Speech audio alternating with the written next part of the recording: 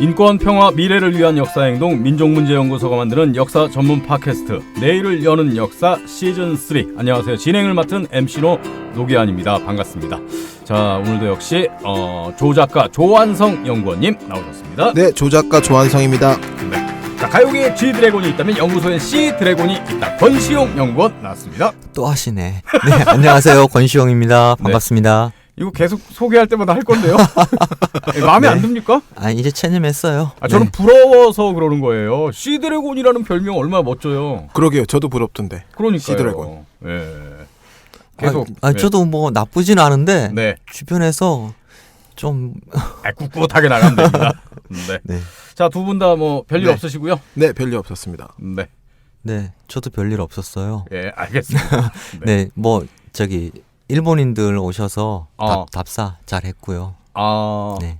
일본인들이라면 이제 뭐 어떤 분들이 주로 좀 오십니까? 학생들이 이번에 오신 분들이 학생들이었어요. 일본 학생들? 고등학생? 네, 그 정도. 아, 고등학생, 일본 고등학생들이 연구소에는 이제 어떤 목적으로 찾아오는 거죠?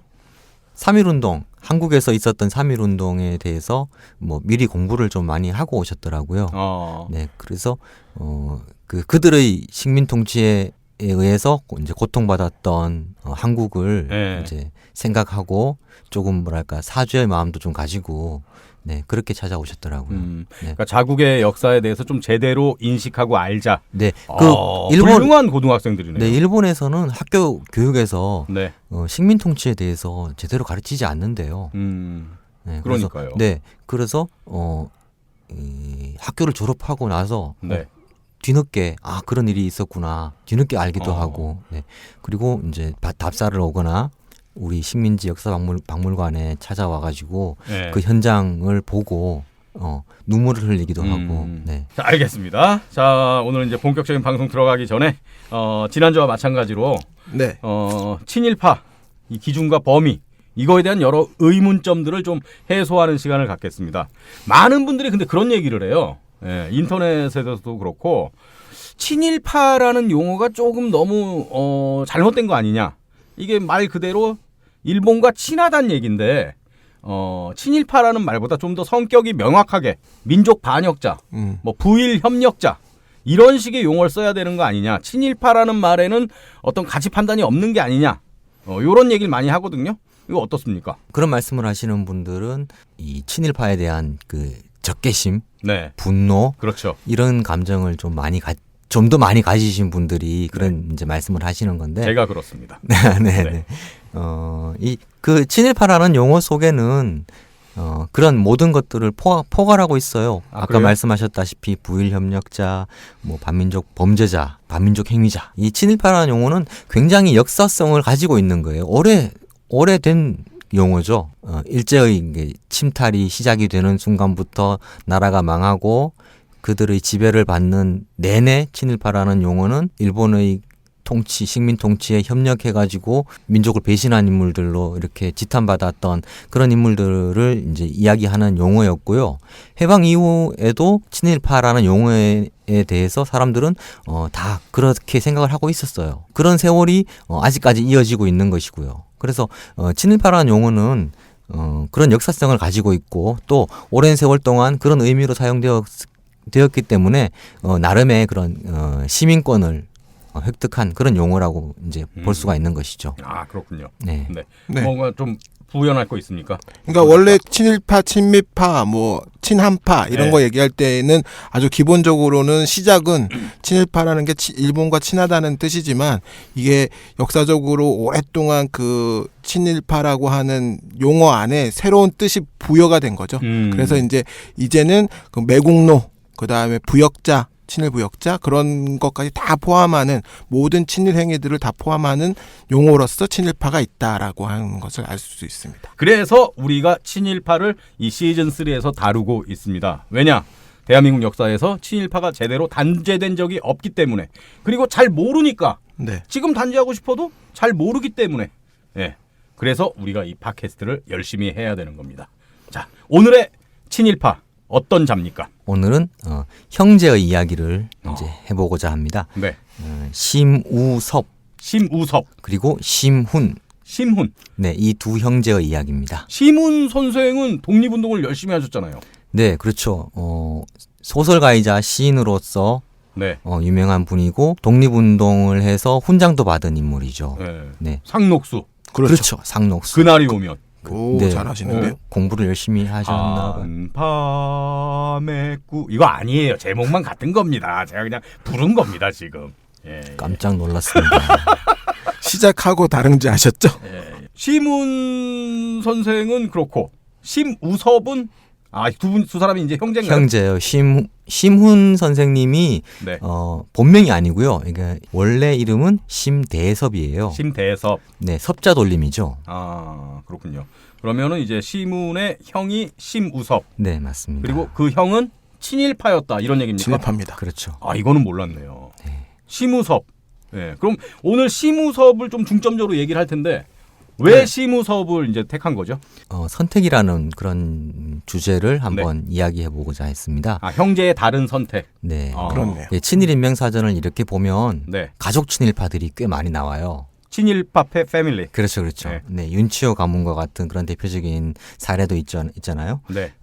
그런 반면에 같은 가족이어도 서로 다른 길을 걸었던 사람들도 꽤 많이 있습니다. 그래서 이 같은 시대를 살았던 사람들인데 그리고 같은 형제였는데 왜 이런 상반된 길을 걷게 되었는가 그런 이야기를 한번 해보고 싶었습니다. 그러면 심훈의 형인 심우섭은 친일인명사전에 올라가 있나요? 친일인명사전에도 올라가 있고 네. 국가에서 지정한 네. 친일 반민족 행위자에도 선정이 되었던 인물이죠. 심훈 선생이 뭐 형제가 어떻게 되는데요? 사남매가 있었어요. 사남매. 네, 근데 이제 심훈의 형제 가운데서 이제 막내인 심훈 선생은 이제 독립운동을 했고 독립운동을 했고요. 형은 두 사람 다 친일인명사전에 올라 있네요. 네, 심우섭, 심명섭 모두 친일인명사전에 올라가 있죠. 네.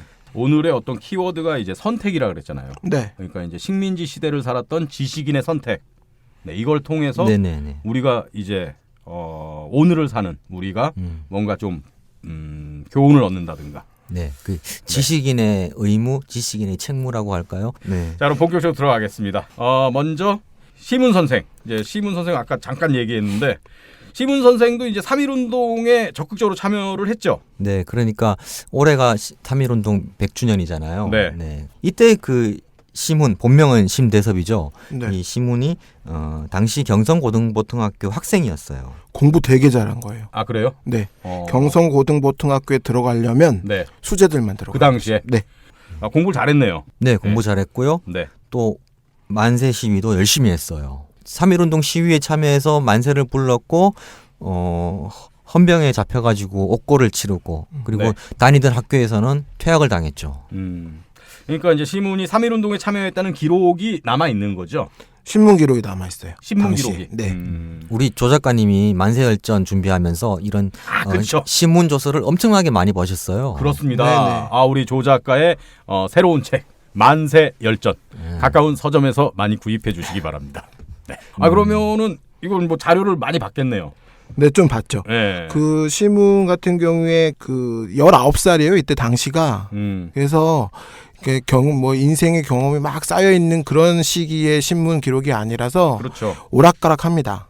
참아야 될 말은 참지 못하고 해버리고 그다음에 또 안 했으면 싶은 말도 또 하기도 하고 이게 어리니까 그러니까 자신의 정체를 너무 금방금방 막 드러내는 거군요. 네네. 그래서 자기 일기에도 써 있더라고요. 어떻게요? 내가 3월 1일, 그러니까 3월 5일 날 진술할 때 네. 3월 5일 날 시위에는 참가 안 했다고 진술을 하거든요. 그런데 3월 1일 날 시위에는 참가했다고 진술해버려요. 그래갖고 그 일기에 뭐라고 표현되어 있냐면 그때 그 말하는 걸 참았어야 되는데 참지 못하고 그냥 얘기해버린 거죠. 그럼 이제 형이 더 높아지고 그렇죠. 그렇게 되는데 네네. 어떤 그게 이제 또 그 청년의 순수성이죠. 그렇습니다. 예, 맞습니다. 예. 친문을 할 적에 그 장래에도 계속 독립운동 할 것인가? 뭐 이렇게 질문하거든요. 나중에도. 네. 기회가 있으면 또 할 것이다. 뭐 이렇게 얘기를 해요. 그러니까요. 참지 못하고. 이 청춘의 그 열정과 순수성으로 네. 사실은 그럼 뭐 안 해도 되는 말이잖아요. 그렇죠. 마음속으로 갖고 있고 일단은 빨리 또 형 살고 나와서 네. 더 다른 활동 해야 되는데 그냥 이렇게 다 막 얘기해 버리는. 네. 그러니까 일제 입장에서는 이걸 가지고 그 처벌의 기준으로 삼는 거예요. 그렇죠. 네, 반성했냐 안 했냐, 더 할 거냐 안 할 거냐 이렇게 질문을 해가지고 더 하겠다 하는 사람들은 다 더 오랫동안 감옥에 가둬놓고 그렇게 하는 거예요. 지금도 마찬가지죠. 뭐. 예. 식민지 역사박물관에 이 시문 선생이 3.1운동에 참여했다 잡혀서 신문 받는 그 장면 재현한 코너가 있습니까? 네. 어. 그 저희 식민지 역사박물관에 네. 아주 작은 체험 코너가 3개가 있어요. 식민지 학교, 네. 그다음에 감옥, 음. 또 하나가 순사 앞에서 취조받는 그런 코너가 있어요. 그게 근데 그 시문 선생의 취조받는 그걸 재현해 놓은 거예요. 네네네, 맞습니다. 그러니까 식민지 역사박물관에서 재현할 정도로 네. 시문 선생은 이렇게 열정적으로 독립운동을 한 건데 네, 그의 두 형은 친일 인명사전에 올라 있는 어떤 아이러니. 네, 그렇죠. 예. 자, 그럼 이제 형 시무섭 얘기를 좀 해보죠. 1890년생이에요. 1910년 휘문의숙을 졸업하고요. 네. 1912년 무렵에 저기 공무원이 한번 돼보려고 생각을 했던 것 같아요. 그래서 조선총독부에서 시행하는 보통 문관 시험에 응시를 해서 합격을 했었고요. 근데 시험, 똑똑하군요. 네네, 네. 시험도 잘 쳤죠. 똑똑한 걸 떠나서 일단 1912년에 조선 총독부의 시험을 봤다는 얘기는 이 식민지 체제에 그냥 순응하고 좀 출세해서 살겠다 이런 욕망이 강했다 이렇게 볼 수 있는 거 아니겠습니까? 그렇죠. 이때가 20살 초예요. 그러니까요. 그러니까 학교를 졸업하고 어떤 인생을 살 것인가 이런 걸 이제 많이 고민할 때인데 마침 이때가 식민지가 된 이제 현실을 마주하게 된 것이죠. 그렇죠. 그 순간에 뭐 여러 가지 이렇게 고민을 했던 것 같아요. 공무원이 되어볼까 또는 교사가 한번 되어볼까 해가지고 교사 생활도 잠깐 하고 그러다가 결과적으로 선택한 것은 언론인의 길이었어요. 어찌됐건 독립운동에 대한 고민은 별로 없었다. 거의 없었다고. 거의 없는 거죠. 네? 거의 없네요. 네, 네. 독립운동. 일단 공무원 시험 보려고 그랬고 그렇죠. 예, 사립학교, 학교, 그러니까 교육, 행정, 그리고 언론. 네. 이거 제도권 언론 아닙니까? 그럼 결국 뭐 그때 당시에 매일신보밖에 없었어요. 그러니까요. 예. 자, 그래서 이제 언론인의 길을 가는 거죠.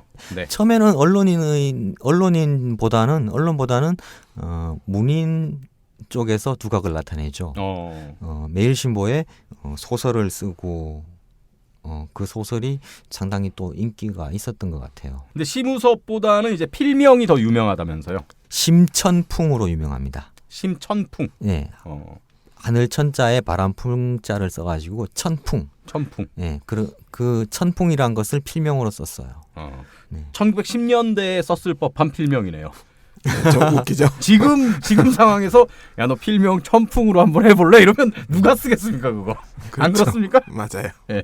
우리 조 작가한테 조천풍으로 한번 필명을. 네. 어때요? 그러면 완전 옛스럽네요. 그러니까요. 네. 네. 하여튼 천풍이라는 필명으로 글을 많이 썼다. 네네. 근데 이 시무섭이 이광수의 소설 무정의 모델이었어요?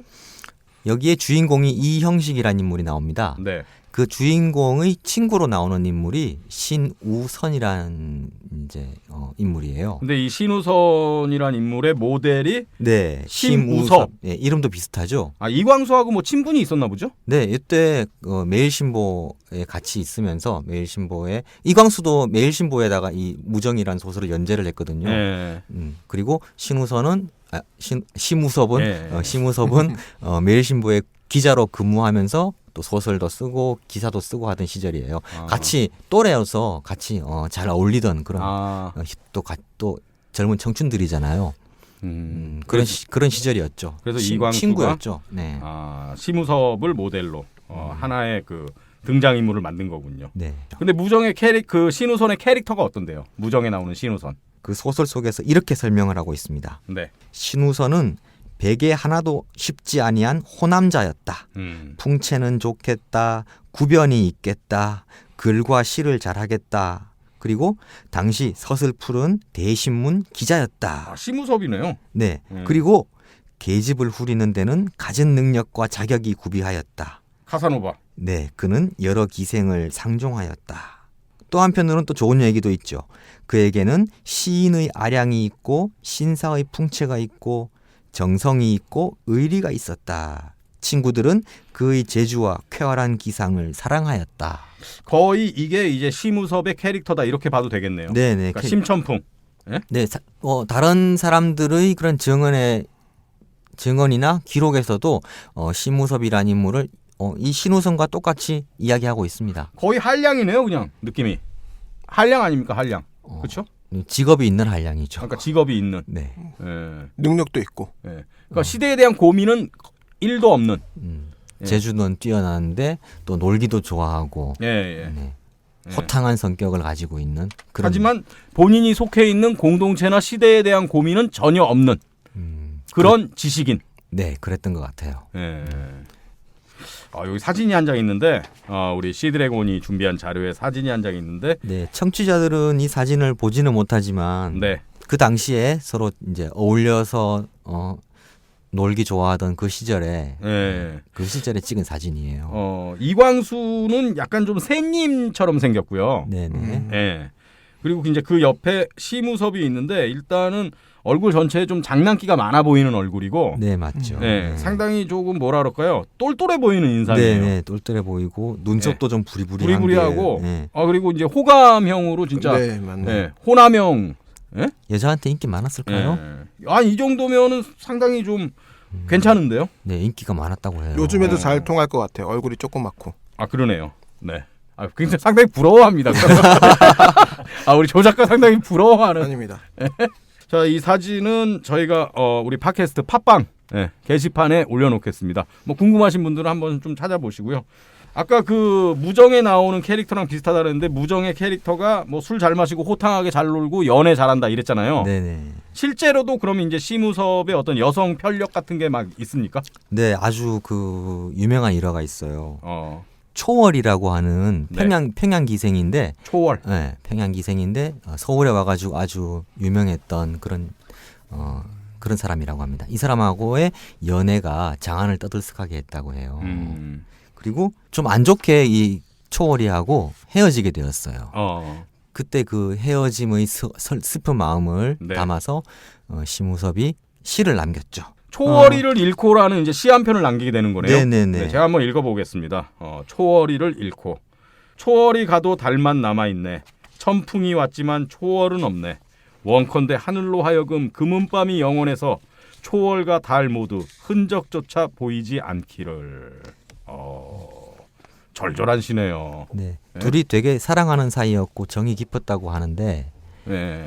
그 정이 깊은 건 남의 사정이니까 제가 잘 모르겠고 네네. 재능이 있는 것 같아요 분명히. 네. 뭐 이른바 문제라고 하잖아요. 네? 그렇죠. 네, 문학에 대한 재능이 있는데 이런 재능을 왜 애인을 잃었을 때만 썼냐 이거죠.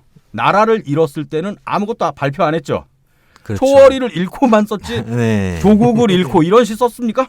안 썼죠. 안 썼죠. 그러니까 저는 이렇게 재능이 있고 똑똑한 사람이 이 재능을 왜 개인적인 아픔 조국을 잃고 그러면서 조국이 가도 달만 남아있네.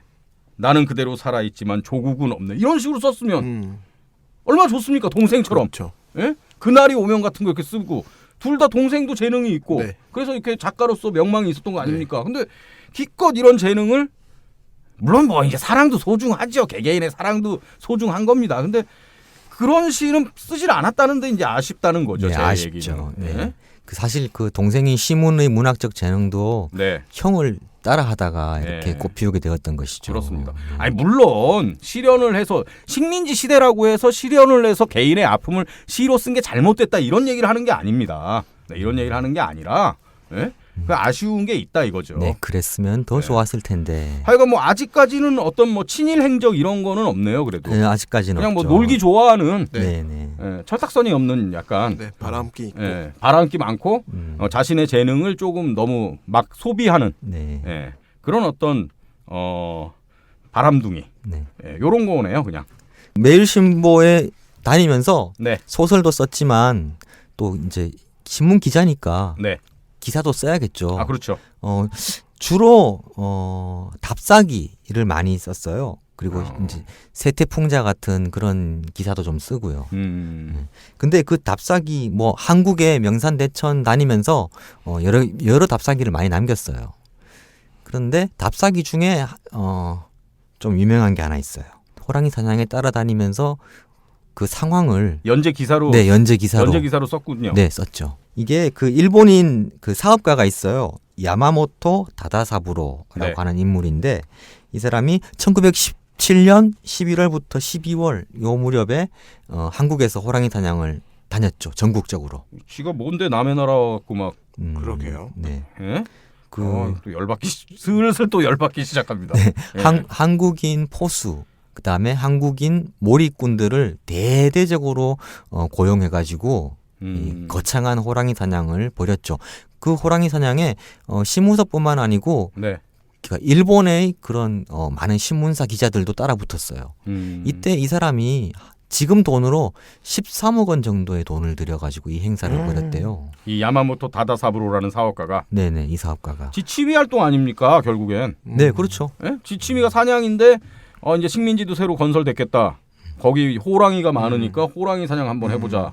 요런 거 같은데요, 그렇죠? 네네. 그런 거기에 신문 기자로 따라갖고 이제 연재 기사를 올린 거잖아요, 그렇죠? 네네, 그랬던 것이죠. 예. 조선 총독부 하세가와 총독하고도 만났다고 그러네. 네, 이 원정대가 전국을 다녔는데 곳곳에 가는 데마다 공권력 이 동원돼 가지고 환영회도 열어주고 뭐 모든 지원을 아끼지 않았죠. 그 중에는 조선 총독도 만나는 일도 있었던 것이고요. 근데 이제 이 이야기를 하는 거는 이 정옥이라고 하는 호랑이 사냥의 끝에 네. 그 사냥에서 잡은 호랑이, 네. 표범 뭐 이런 많은 조선의 그런 야생 동물들을 잡았겠죠. 그렇죠. 한국 표범이 있었죠. 그거 다 멸종됐잖아요. 네네네. 그런 동물들을 시식회를 열었어요. 아, 호랑이 고기, 표범은 고기를 먹어요? 네네, 먹었어요. 그거 별로 육식 그 맹수여갖고 모르겠어요. 맛을 아무도 본 사람이 없으니까. 그렇죠. 네. 먹으면 안 됩니다. 호랑이 멸종 위기 동물이에요. 지금 전 세계적으로. 그때는 먹었대요. 경성에서 한번, 예. 그다음에 저기 일본 돌아가가지고 도쿄에서 한번 아주 큰 호랑이 사냥 시식회를 열었다고 이제 보도가 되고 뭐 그것을 가지고 이제 책도 남기기도 했고요. 그런 일을 벌였는데 보면 호랑이 고기 시식회에 어떤 메뉴가 나왔는지 이런 것도 남아 있어요. 그러니까 호랑이 고기 시식회 박명록에 심우섭 이름이 있네요. 네, 그렇죠. 매일신보사 심천풍 이렇게. 네. 심우섭도 호랑이 고기를 먹었죠. 그러니까요. 네. 예? 그래갖고 멸종된 거잖아요, 결국.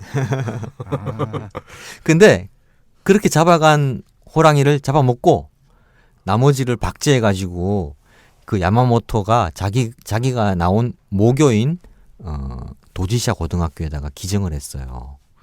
지금도 남아 있어요. 지금도 있어요. 아, 그게 그 그래서 당시에 잡은 호랑이 박제가요? 호랑이와 표범 박제가 지금 교토에 있는 도지샤 고등학교에 남아 있어요. 전시가 되고 있어요. 그래서 한국인들 중에서는 그것을 이제 돌려받기 위한 운동을 하는 분들도 있죠. 그 다음에 네. 이제 기자로서 네. 이런 답사기를 주로 쓰고 뭐 소설 쓰고 했는데 뭐 정치적인 기사 같은 건 안 썼습니까? 뭐 네. 식민 통치에 협력하는 글을 썼다거나 네, 그런 네, 기사를 썼다거나. 이게 1916년 매일신보에 실린 네. 기사입니다. 이게 제목이 데라우치를 보내며 데라우치 하면은 총독 얘기하는 건가요? 네. 초대 총독이었던 데라우치 마사다케가 네. 이때 이제 총독 임기를 마치고 일본으로 돌아갔어요. 네. 돌아가가지고 데라우치는 일본 수상이 되죠. 돌아가는 데라우치를 보내며 그의 식민 통치에 대한 고마움을 표현하는 글을 매일신보에다가 기자로서 썼어요. 심우섭이. 네. 네, 이렇게 썼네요. 백작이 조선을 혁신함이 의사가 난치병자에게 수술을 베푼과 다를 바 없도다. 아니다. 다르지 않을 뿐 아니라 한층 심한 것이 있다. 즉 의사가 다만 병자의 복부나 다리를 해부하기에 그치지만 백작의 수술 방법은 매우 엄혹하고 기절하여 옛 머리를 자르고 새 머리를 붙이며 사지백체의 그 예리한 해부도는 종횡미날하여 자르고 쪼개지 않은 것이 없다. 시술 후 6년여 장기간에 주밀한 좌우의 간호를 받으면서 병상에 누워있다가 지금에 이르러서는 크게 전쾌한지라 단연 음용했던 미음은 쌀밥으로 변하고 그 착용하던 환자복도 새 옷으로 갈아입고 엄절한 간호를 해탈하기에 이르렀으니 이에 의사의 주의 방침도 일변하여 완전한 인간으로 대우하며 원래 무병한 자와 같은 행복을 누리게 할 시기가 멀지 않았다. 비로소 1500만의 조선 인민은 만심환정으로 백작의 손을 꼭 잡아 백작의 시술의 노고에 감사하고 그리고 백작은 조선을 떠나갔도다. 이게 이제 데라우치를 보내며라고 시무섭이 썼단 얘기잖아요. 네네. 이게 엄청 긴 글인데 제가 요 일부분만 발췌한 거예요. 그러니까 뭐 대충 읽어보니까 네. 조선이라는 환자가 있는데 데라우치가 총독으로 이렇게 재임하는 기간 동안 어떤 의사보다도 네. 훌륭하게 이 병을 완치해서 네네. 이제 제대로 된 인간이 된 것 같다. 조선 인민들이. 그때 그렇죠. 쌀밥도 먹고. 예? 비유가 절묘하죠. 아, 굉장히 절묘한 글이고 또 설득력이 있어요. 잘 쓴 글이에요. 그 당시에 어떤 네. 문법으로 봤을 때, 네. 아 참 이런 능력을 이런 그 찬양에 쓰다니. 이런 글을 네. 시문의 친형이 썼다는 걸 오늘 처음 알았습니다. 저는. 그러니까 우리가 팟캐스트를 하는 이유가 이런 데 있는 거죠. 네. 예. 이런 글을 쓴 것 자체를 모르는 사람이 태반이잖아요. 시무섭을 모르는 사람도 태반이고. 그렇죠. 아, 너무 좀 낯뜨거울 정도로 노골적으로. 데라우치도 이렇게 생각 안 했을 거예요. 그렇죠. 이거 읽고 데라우치가 야, 내- 이런 내- 사람이야 내가? 야 내가 이런 사람이야? 나도 몰랐는데. 훌륭해. 예, 그러면서 스스로를 칭찬했을 것 같습니다. 자기도 몰랐던 자기의 업적을. 예. 이게 1916년 10월 15일 매일신보에 시무섭이 쓴 글 아닙니까? 맞습니다. 예. 그럼 이제 3년 후에 19년에 3.1운동이 일어나잖아요. 네네. 친동생 막내 동생인 10살 더 어린 막내 동생은 3.1운동에 깊숙하게 열렬하게 투쟁을 했습니다. 시무섭은 3.1운동 때 뭐 했어요? 그때 계속 신문 기자였나요? 네, 신문 기자였어요. 혹시 뭐 만세 시위에 참여했다 뭐 이런 기록 없습니까? 그래도 없습니다. 없습니까? 네, 참여했을 것 같지도 않습니다. 그렇죠. 데라우치를 보내며 네. 쓴 거 보니까 네네. 혹시 3.1운동을 더 이렇게 강력하게 진압해야 된다 이런 기사 같은 거 좀 쓴 거 있지 않을까요? 아니요, 그런 기사는 없. 이거 제가 더 찾아보면 뭐 있으면 찾아보면 나올 것 같아요. 제가 찾으면 보기에. 있을지도 모르지만 데라우치를 보내며 쓴 거 보니까 네네. 3.1운동 때 분명히 그런 어떤 기사를 썼을 것 같아요. 요거 자료 나올 것 같습니다. 조만간. 네. 대신에 3.1운동을 이용했어요? 1919년 7월이에요. 3.1운동이 일어난 지 불과 4개월 채 안 된 그런 시점이었죠. 이 사람이 도쿄로 갑니다. 당시 시무섭을 포함해서 7명이 가는데 이들을 일컬어서 동상 7인조라고 불렀어요. 동상 7인조. 예, 동자는 동경할 때 동자고요. 예. 상자는 올라간다 할 때 윗상자를 써가지고 도쿄로 올라갔다. 뭐 이런 표현이죠. 동상. 도쿄에 간 7명. 7명 7인조. 무슨 강도단. 그러네요. 강도단 이름 같은데. 때강도 이름 같은데. 네네. 예. 이들이 거기에 간 목적이 자치운동이었어요. 자치운동. 네, 조선 통치를 조선인에게 맡겨달라 요청을 하는 거예요. 대신 그것은 일본 제국의 지배를 벗어나겠다는 건 아니다. 근데 일본 제국이라는 테두리 내에서 조선인에게 그 통치를 맡겨달라. 그런 이제 요구를 하는 것이죠. 조선에다가 조선 의회를 만들고 언론의 자유도 인정해달라. 그리고 조선인들도 관리로 공평하게 임명해달라. 이런 요구를 했던 거예요. 예. 그런데 같이 갔던 사람들이 다 친일파네. 같이 그렇죠. 갔던 인물들이 누군데요? 이기찬, 고원훈, 뭐 박병철, 고희준, 뭐 이런 박승빈도 그렇고요. 다들 1급 친일파들이. 네, 1급 친일파? 네, 1급 친일파들이죠. 다 그러면 이 동상 7인조 모두 친일 임명 사전에 올라가 있는 자들입니까? 그렇죠. 네. 이거는 제가 보기엔 배우가 있습니다. 그러니까 3.1운동으로 어떤 혁명적인 정세가 됐다가 사그러들 때 이제 제국주의 통치 방침이 좀 바뀌었다. 네네. 네, 그래서 아마 윗선에서 7명 추려갖고 니들이 도쿄 가가지고 만나서 좀 이런 요구를 해라. 네, 액션을 취해라. 그러면 이제 뭔가 우리의 표정이 바뀌었다는 걸 보여줄 수 있는 선전이 될 수 있는 거잖아요. 그렇죠. 자꾸 뒤에서 네. 누가 이걸 배후 조종해갖고 네. 보낸 사람이 있지 않을까. 왜냐하면 지금까지 어떤 행태로 봤을 때 자기 돈 들여서 도쿄까지 갈 만한 사람들이 아닙니다. 그 누구죠? 그 아베 미스이에 네, 아베 미스이 같은 사람들이 아마 조정했을 가능성이 상당히 높아요. 그렇습니다. 네. 네, 일본 현지에서 정치가들을 만날 때 그 중개 노릇을 한 게 아베 미스이예요. 아베 미스이에가 누구냐면 경성일보하고 매일신보를 발간했던 경성일보사라고 하는 신문사가 있거든요. 네. 그 신문사 사장을 했던 사람이에요. 그러니까 심우섭이 매일신보에 다닐 때 사장이었던 사람이죠. 자, 이건 그 동상 7인조가 가갖고 뭔가 이렇게 요구가 아니네요. 거의 청원이네, 청원. 청원이죠. 네. 네. 부탁, 예? 읍소 이런 거 한 네. 거잖아요. 네. 근데 뭐 이런 자율권 같은 게 투쟁으로 얻어질 수 있는 거지. 예? 이게 뭐 청원한다고 되겠습니까? 일본이 이거 들어주나요? 들어줄 리가 없죠. 네. 네. 얼마 안 있어서 이 심우섭은 이 자치운동을 접어요. 근데 그렇다고 해서 정치운동을 그만둔 건 아니거든요. 방향을 바꿨어요. 참정권 청원운동으로. 이 참정권 청원운동을 위해서 이 심우섭이 가입한 단체가 동민회예요. 동민회. 네. 동민회는 어떤 단체입니까? 철저한 내선 융화의 실현을 통한 아시아 민족의 결합 이런 걸 주장했던 단체입니다.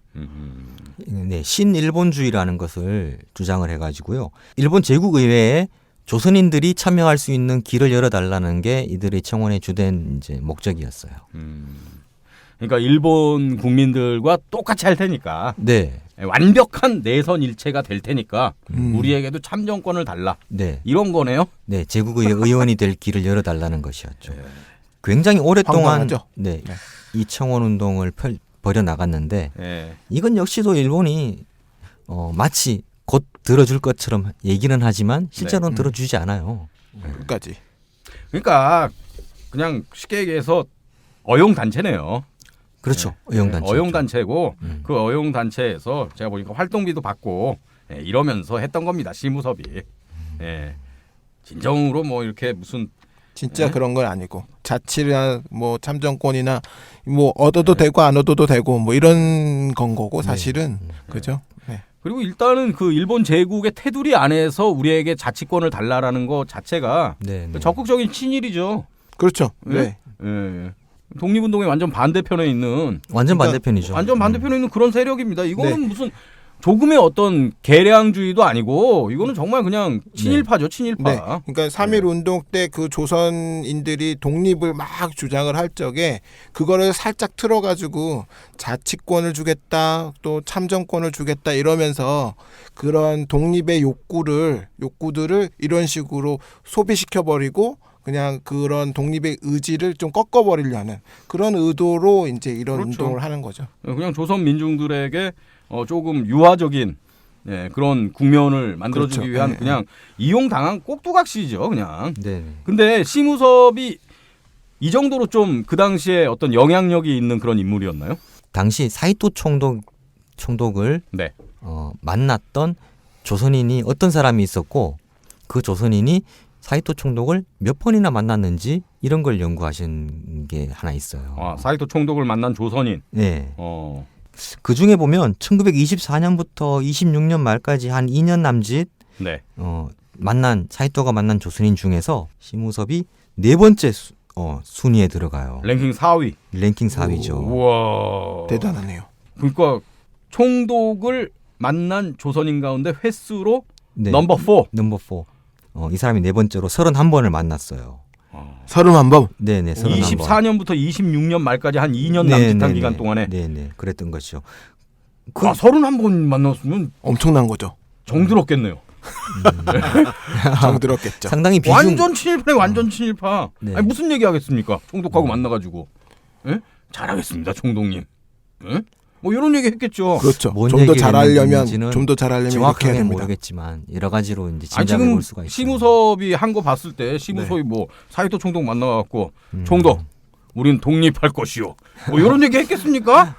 그런 얘기는 좀 잘 좀 봐주세요. 제가 열심히 하겠습니다. 네, 맞아요. 예? 그런- 잘하는 기생집 있는데 한번 같이 가실래요? 네. 뭐 이런 얘기 했겠죠. 네. 그러니까 심우섭이 어느 정도 비중이 있는지 이렇게 우리가 그러네요. 그냥 한번 이제 생각해 볼 수 있는 대목이죠. 이 정도면 진짜 거물 아닌가요? 거물이었던 것 같아요. 네. 근데 그런 거에 비하면은 심우섭이 굉장히 안 알려져 있는 거죠. 그러니까요. 예. 아니 이 정도로 조선 총독을 자주 만날 만큼 비중 있는 인물이었고 이 정도의 어떤 친일파였다면 이거보다 훨씬 더 잘 알려졌어야 되는데. 그렇죠. 예? 지금 저희가 더 조사하면 그 친일 행위를 더 찾아낼 수 있을 것 같아요. 그죠? 이 정도의 인물이라면. 그렇죠. 네. 아 형이 이러고 돌아다녔으면은 시무는 상당히 좀 부끄러웠겠습니다. 뭐 그거에 알려진 뭐 일화라든가 뭐 그런 건 없나요? 형과의 관계라든가 뭐 이런 거? 그 3.1운동 1주년 예. 1920년 1월부터 3월 사이에 신문일기가 예. 그런 얘기가 있어요. 아 형에 대한 얘기가 있습니까? 네. 아 형이 쪽팔리다 뭐 이런 거? 네, 쪽팔리다는 말을 하지 않고 네. 좀 부끄럽다. 아 그렇죠. 아 그 네. 말이 그 말이죠. 쪽팔리다는 게 부끄러운 거죠 뭐. 예? 네. 어떤 일기입니까? 형에 대해서 뭐 구체적으로 언급한 어떤 부분이 있습니까 일기에? 네, 그 신문 일기 중에 1920년 1월 21일 일기예요. 네. 형님의 병환이 그저 낫지 못한데 어제는 오지도 않았다고 보지도 않고 공연한 걱정을 하신다. 아무 아는 것도 없이 혼자 달관을 하고 초관을 하고 무인으로 자임하여 말만 함부로 하고 다니며 신문 경영에도 대실패를 하고 우라병이 든 것이다. 그리고 주색에 몸은 약하여 가지고 온갖 번민을 하며 여러 가지로 고통을 받는 것이리라. 아무리 친형제간이라도 동정하는 마음이 생길 수는 없다. 형님의 일은 만사가 다 그 수법이니 누가 환영을 하랴. 이렇다가도 형제간의 마음이나 상하지 않았으면 좋겠다. 큰 걱정이다. 아. 이때 알아 누웠는데 네. 그 우리 아까 또 기생 초월 얘기를 했잖아요. 예. 이때는 또 이 병수발을 누가 드냐 하면 본부인이 아니고 첩의 집에서 병수발을 받고 있어요. 아, 기생하고 연애도 하고 축첩도 하고. 네, 그렇죠. 그렇군요. 그러니까 이제 그 형 창피하다 이렇게 쓴 거 아닙니까? 네. 이때가 20살 때잖아요. 시문 선생이. 네, 그렇죠. 그러니까 20살 그 청년의 마음에 10살도 더 많은 이제 큰형이 아프니까 거기다 대고 뭐라고 못하겠지만 형이 하고 다니는 짓을 보니까 너무 창피한 거죠. 그러니까 형을 그렇죠. 한마디로 인스로 봤네요. 인스. 인스 아시죠? 인스. 인간 쓰레기.